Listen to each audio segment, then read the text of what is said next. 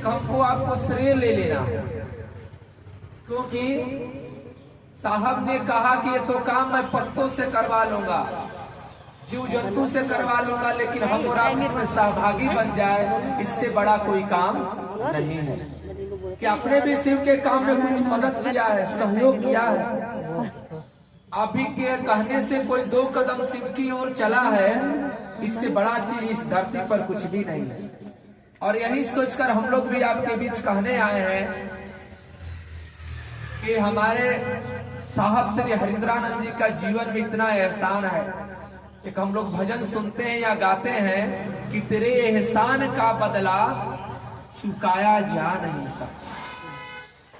कितनों जन्म जन्मांतर तक हम लोग काम करते रहे अपने गुरु शिव का, लेकिन जो उनका कर्ज है वो चुका नहीं सकते हैं। लेकिन साहब ने कहा कि उसके प्रति एहसानमंद रहिए, उसके प्रति कृतज्ञ रहिए। जो चाहता है उस काम को तो थोड़ा सा चाहत तो बनाइए, प्रयास तो करिए। होगा उनकी दया से, होगा गुरु की दया से ही, लेकिन आपको हमको प्रयास करना है कि जो उनका जो चाहते हैं, जैसे वो खुश रहना चाहते हैं, उस काम को तो किया जाए। और वो खुश रहना क्या चाहते हैं? उन्होंने नहीं कहा कि मुझको ये चाहिए वो चाहिए, उन्होंने कहा अगर देना चाहते हो तो एक महादेव का छेला दे दो, एक शिव का शिष्य दे दो हमको।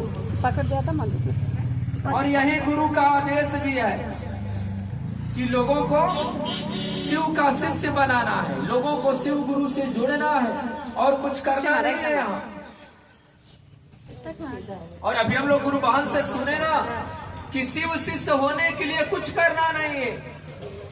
साहब श्री किताब में दीदी बतलाई कि केवल अस्थाई शिष्य भाव अनिवार्य है, यही एक काम अनिवार्य है। साहब श्री हरिंद्रानंद जी का यही एक अस्थाई पर ठहरे। उन्होंने क्या बात था, 1974 में जवारा के गांधी स्मशान में 8 नवंबर की आधी रात को 2 बजे रात्रि को जो वो शमशान घाट में बैठे थे, उनके मन में कौतूहल पैदा हुआ कि जो मैं चाहता था वो मिला नहीं। वो क्या चाहते थे? चमत्कार सीखना चाहते थे